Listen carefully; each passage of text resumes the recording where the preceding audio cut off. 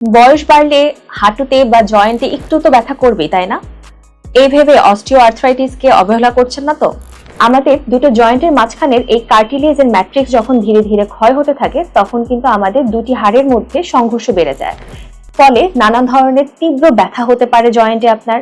পরবর্তীতে আপনার কিন্তু এই জয়েন্ট ফুলে যেতে পারে এবং শেষ দিকে আস্তে আস্তে প্রচুর পরিমাণে যখন অবনতি ঘটে, তখন কিন্তু তা পঙ্গুত্বের দিকেও আস্তে আস্তে তা ধাবিত হতে পারে। সেক্ষেত্রে প্রথম থেকে আমাদের উচিত অস্টিও আর্থ্রাইটিসকে অবহেলা না করা। এর জন্য প্রথম থেকে আপনার যখন ব্যথা হবে বা আপনার একটা নির্দিষ্ট বয়সের পর থেকে, বিশেষ করে 30 বছরের পর থেকে সবারই উচিত তাদের হাড়ের বিশেষ যত্ন নেওয়া। এর জন্য আপনাদের প্রতিদিনের লাইফস্টাইলে কিছু মডিফিকেশন আনতে হবে, সঠিক পুষ্টি এবং ব্যালেন্স ডায়েট আপনাকে গ্রহণ করতে হবে।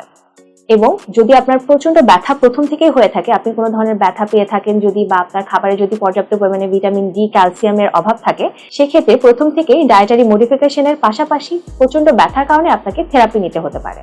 তাই অস্টিও আর্থ্রাইটিসকে অবহেলা করবেন না।